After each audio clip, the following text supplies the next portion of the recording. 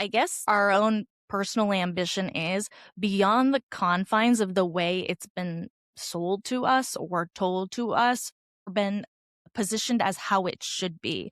Particularly for women, I think the conversation around ambition is so often framed as a trade-off between your public life and your private life, between your personal and your professional. And I even see, even in like very progressive circles, this implicit assumption that to succeed in one domain is to give up another.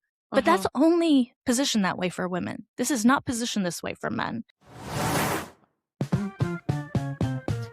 This is the Brown Way to Money podcast, where women of color in business find their financial independence path.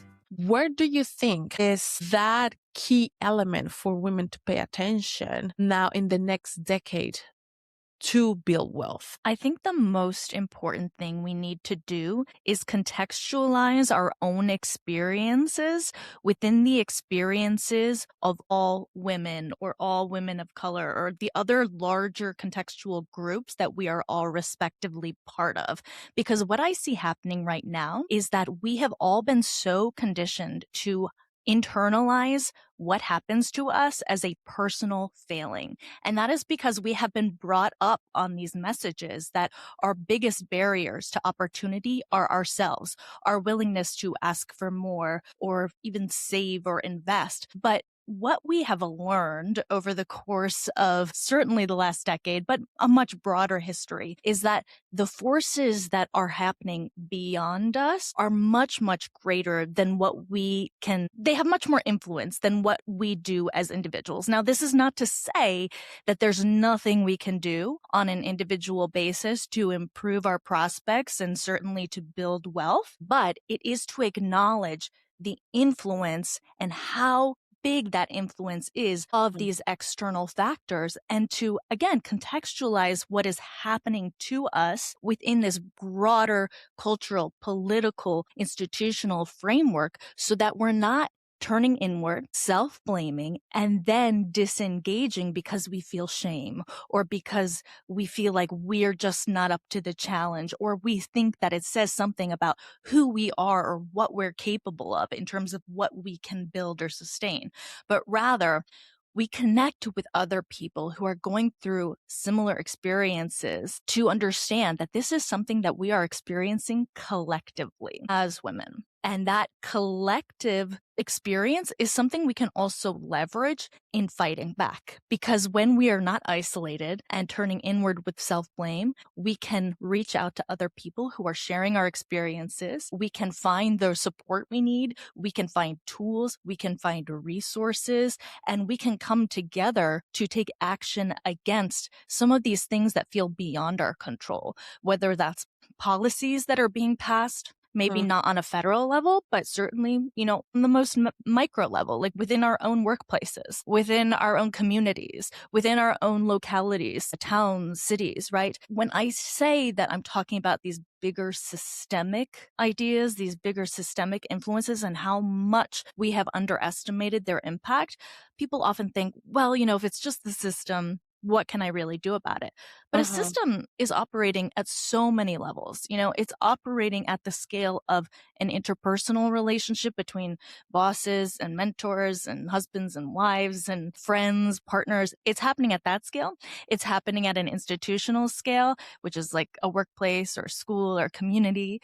And it's then happening at the larger political and cultural level. So just because you're not operating at like the highest macro scale doesn't mean there's nothing you can do at these other levels. And I think the process of affecting change at the bigger levels really requires us reconnecting to that broader shared experience at these smaller levels, at the interpersonal levels, at building our communities, and realizing that what it's going to take to build our wealth isn't just about what we're doing individually, but how we're working together in community to push back against these bigger forces. I like to double down on that, what you just said, that the system tends to make wealth building and financial problems an individual problem that is sprinkled with shame and guilt if you don't know better. Right? What have you found on all of the research that you have done and through your own book that has been the biggest systematic narrative that affects the most at an individual level for women? I just want to make sure I really understand what you're asking. Is the question, what is like the biggest systemic thing that is impeding our ability to grow wealth? The narratives. So things like the biggest myth of women are not good with money. Mm-hmm. Right. So that narrative beyond the systematic things that we know we have. Right. Yeah, go ahead. Yeah, I would say that so much of what enables these kinds of wealth inequalities to continue reproducing themselves really relies on a lot of myth making. So myths, like you said, this idea that women aren't just good with money, that's just one of them. I couldn't say what the biggest myth is in all of this, but I think it's a general theme that women aren't confident, women don't invest, women don't care about wealth, women aren't interested in pursuing high-paying careers. You know, I could go on and on and on. But all of this is a level of myth-making that is not actually grounded in data. The data does, and this is something I dig into in detail in my book. It's a lot of going through each of these arguments and showing people actually that's not true.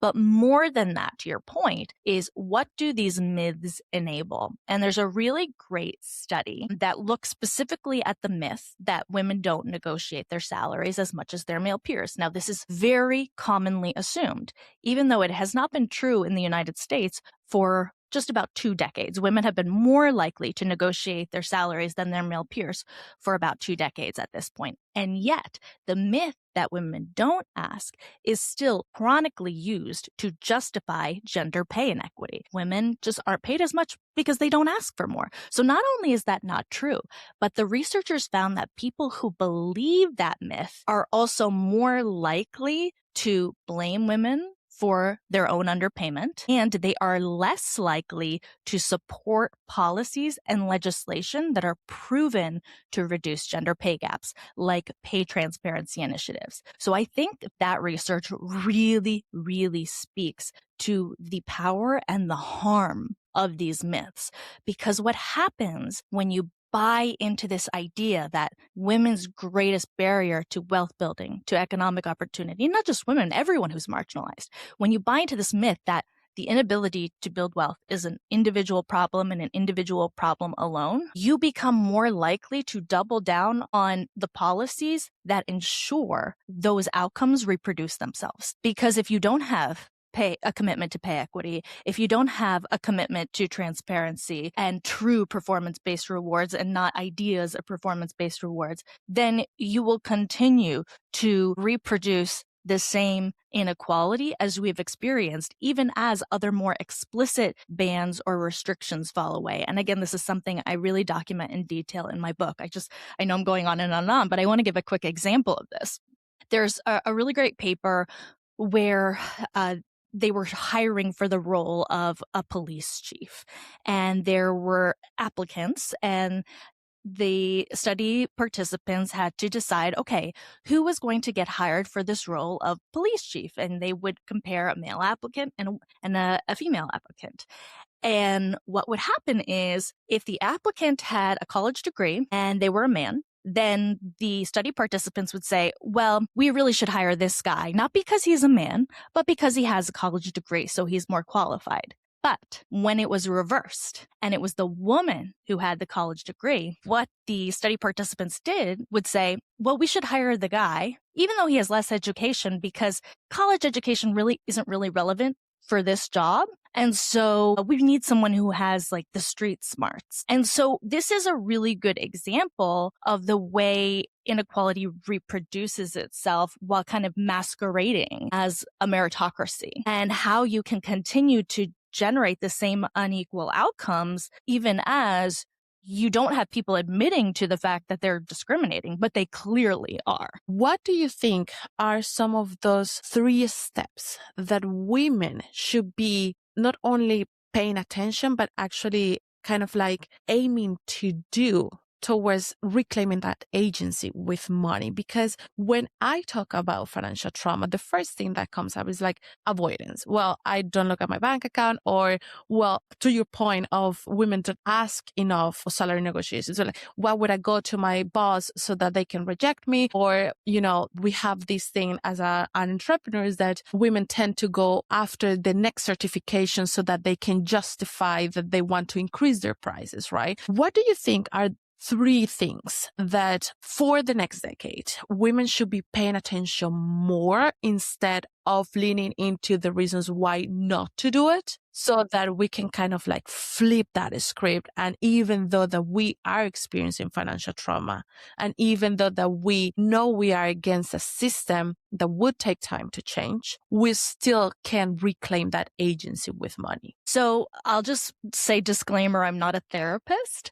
Yes. But what I will say but the conclusions that I really came to in this book in terms of like what we're getting wrong about what empowerment looks like is, again, coming back to this idea that it's an internal and individual process, as opposed to what I think it requires, which is for women to actually flip the script, and instead of thinking about like everything that they're experiencing as the outcome of something that's happening from within them, to flip the script and say, okay, how is this outcome being reproduced because of the environment around me? And instead of just looking inwards, what do I need to change in the environments around me? Or what can I change in the environments around me so that I'm not continuing to experience this same reinforcement of my financial trauma, or that I'm not exposed to people who are going to reinforce these myths or who are going to act on them. So I break this down in the book again by...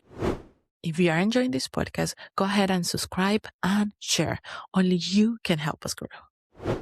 So I break this down in the book again by the interpersonal environment, friends, family, partners, the institutional environment, workplaces, communities, education systems, and then the broader political and cultural environment. And thinking about operating at all of those different levels so that, again, even if you're not rewriting the laws of the place you live, you're still feeling a sense of agency and purpose in curating those environments around you, even if it's happening just at the interpersonal level. And I think that's a really powerful way we can reframe what empowerment means. Is like, it's not something that's only going to come in relationship to myself. Power is by definition in relationship to the world around you. And your biggest impediments to it, particularly for those who've been marginalized, is typically not something that they are personally doing. It is that they are doing the same things as their more privileged peers, only to get a different response. And so that's not a problem of inputs. That's a problem of a system creating different outputs. So how do we change that environment?